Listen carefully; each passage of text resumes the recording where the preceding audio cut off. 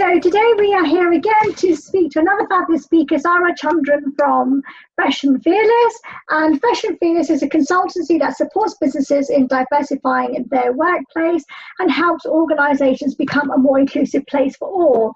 Welcome, Sara. I love the Fresh and Fearless. It shows that you've got new ideas, you like to push your boundaries, and you're not afraid of helping customers and helping organisations within the diversity sector, which is really important. So over to you. Tell me in your own words about Fresh and Fearless, why you set it up, the motivation for it, and really why you kind of fell into diversity as well. Yes, so I started Fresh and Fearless because I truly believe in helping shift mindsets and belief systems, and how that plays a part in creating inclusive workplaces. You know, if we start to unpack what people have been conditioned to think and feel about the world around them, then we can start to unpick that and start to think, actually, why do you believe that? Where does that stem from? Because that's usually from, you know, years of exposure to one type of story, one type of media outlet, or some sort of form of news. And actually we start to unpick that and start to think, actually, why do I believe this? Unpick that, and then we'll start to think differently about the way that we treat ourselves, but also others, and then we create a more inclusive workplace in that way. So that's what I try to do at Fresh and Fearless. Absolutely, and it all sort of stems around from one's own personal lived-in experience, isn't it? The whole diversity sector, and anything that you do, actually, you'd have to have that kind of lived-in experience. You have to have that passion, and you have to believe in it as well, which obviously clearly that you do. So, why did you fall into diversity, or what made you set up the consultancy and diversity as a profession?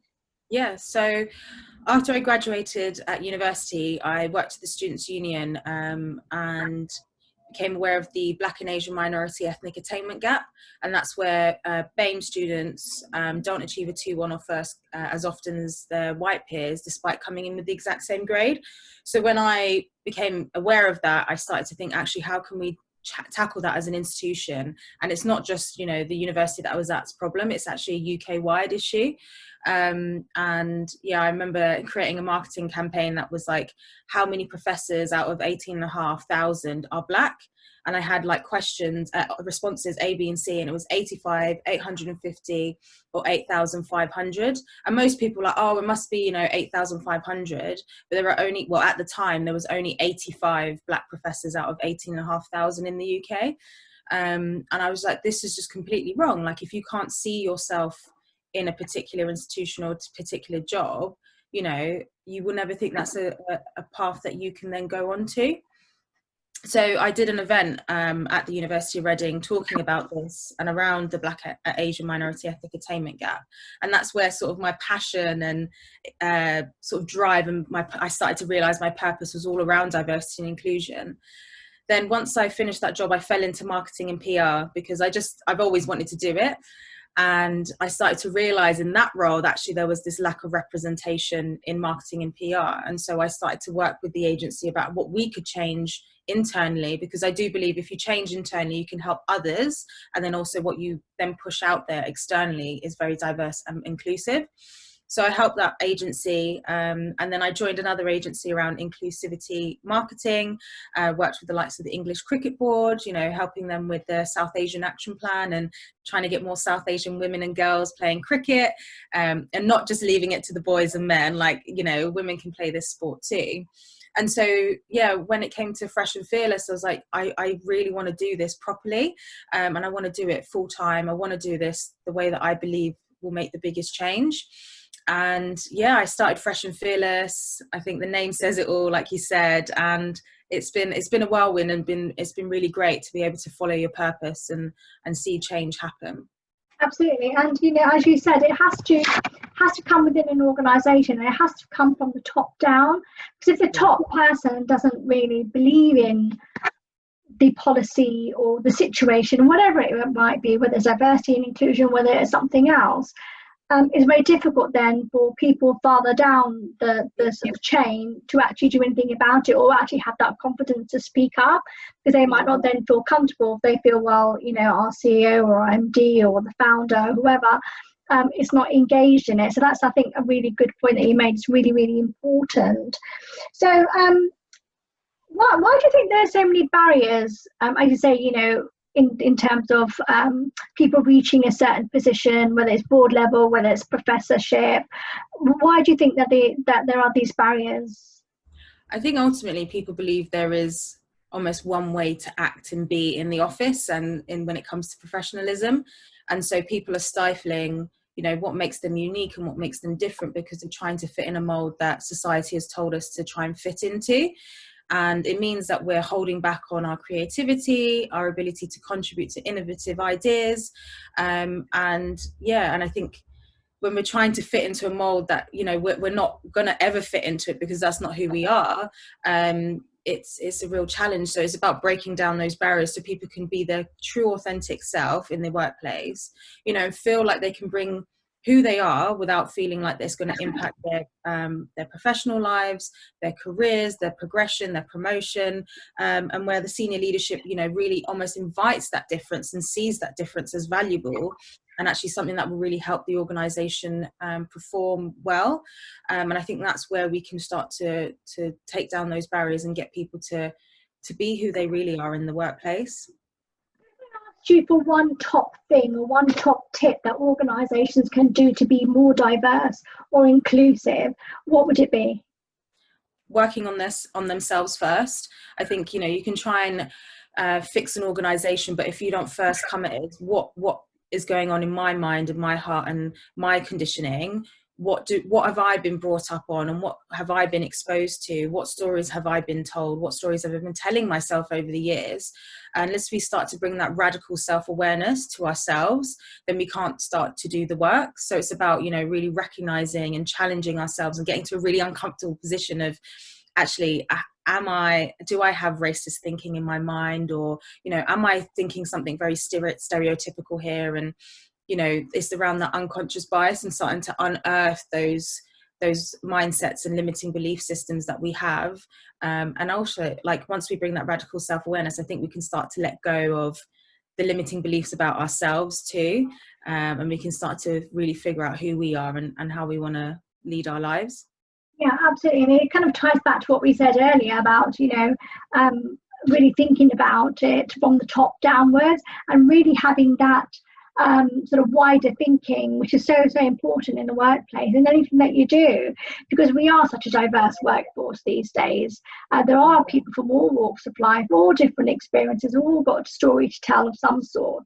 It's important to bring those people together, and as you say, look at ourselves first and then look at other steps and how we can become more inclusive.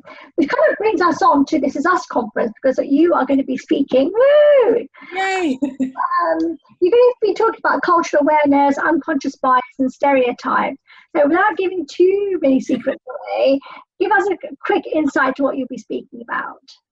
Yeah, so I'll definitely be exploring a lot more around that radical self-awareness. So trying to get everyone in the room to really think about, what kind of conditioning and limited beliefs they've been through. And that obviously stems into stereotypes and our unconscious bias. It's going to be very interactive. So, it's not just papers and pens and writing things down. It's really getting you to come out of yourself and really think about your mindset and your behaviors and actually how you've been sort of building your workplace as a leader and as a colleague and a peer to your friends and colleagues. So yeah, it's going to be good. It's going to be interactive. It's going to be really enlightening. So yeah, I can't wait to see everyone there and see how it goes. Right. So if I asked you for one sort of key takeaway that people will get from the conference or from your session, what would that be? I think it's making sure that you do the work outside of the conference. So not just in the room and then doing the work and, challenging yourself. This is a task and this is a behavioral change that we need to implement outside of the event and doing it on a daily basis. So really interrogating, the thought patterns, the decision making, and really sort of trying to drill down, actually, is there an unconscious bias coming through when I'm making an assumption about somebody? And is that assumption based on a stereotype? So my biggest takeaway is learn as much and absorb as much information as you can get out of This Is Us conference, because there's going to be a lot, and really start to implement that in your daily life, and don't forget to do that. That's really important, because it's all very well attending a training seminar or going for a qualification or studying for any qualification or attending a conference or an event of any sort or anything. But if it kind of stops at the door when you walk out, then there's no point, is there? It's really important to carry on that conversation when you get back into the workplace and see how you can implement all the points that you've learned from all the different fabulous speakers, from all the different topics that we've got into the workplace. And we're not saying, we will be able to absolutely write your DI policy as soon as you get back, because it's a long process. It's a step-by-step process. And you need to take out the key things from each and every session, every speaker, to see what's going to suit you and your organisation, and then implement them into some sort of plan, which of course everybody can help with at the conference. Yeah. And you can, and all the other speakers can. And that's the point of people coming to the event. So why do you think then events like This Is Us are important? I think we go through life hearing the same sort of voices being heard, and they're having the platform to talk about topics. And, marginalised folks and, people from BAME backgrounds, LGBT community, don't have their voices elevated in the same way. And so these kinds of conferences really bring to light an awareness around the lived experiences of marginalised people. And it's so important for people to come along and hear those lived experiences and start to think, actually, yeah, this shouldn't be happening. This needs to change. And how am I going to implement it? And the only way we can start to learn is listening from the people that have been through it themselves. Absolutely. It's all about telling that story and getting that passion and that experience really portrayed across to all the delegates. And it's very much a two-way communication between the speaker and the delegates as well, because the speaker can absolutely portray their story, tell them about their experience and their lived in life experience that they've actually experienced. And it's also important for delegates to then ask further questions, to delve in deeper, to really get into under the skin of diversity, inclusion, whatever topic that people are speaking about, in order to move forward and to really understand the topic. I think that's the kind of beauty of events like This Is Us. It's because we actually bring people together and we actually work in smaller groups. And as you say, it's all about giving people the platform to elevate themselves and to speak about a topic which is really, really important in the workplace. Yeah. So one kind of last question, which I always ask all our speakers, I ask them like a personal question, is what's your favourite film and why? What's my favourite film? I just watched it over the weekend. It is... I just have this difficulty of choosing which one. So I'm a huge Marvel fan, and I watched Thor Ragnarok recently, and then also watched Guardians of the Galaxy, and they're both my favourite films. And I don't know which one I'll choose. I'll go with, because I watched it most recently, I'll go with Thor Ragnarok. That's my favourite. Oh, well, I just binge watched a series called Four More Shots, Please. I'm not sure if you've heard it, but it's about young Indian women in Mumbai who are all really, really strong and all have kind of broken down those barriers and become really strong in what they believe in, and have their lived in life experience and how they actually go through their journey and how they, as a group of four women, really support each other. I've been binge watching that. I think it's great. I'll check it out. Thanks. Sara, thank you so much for your time today. Really appreciate it. Tell people where they can find you, your website, social media. Yeah, so my website is www.freshandfearless.uk. You can find me on Instagram, freshandfearless_UK.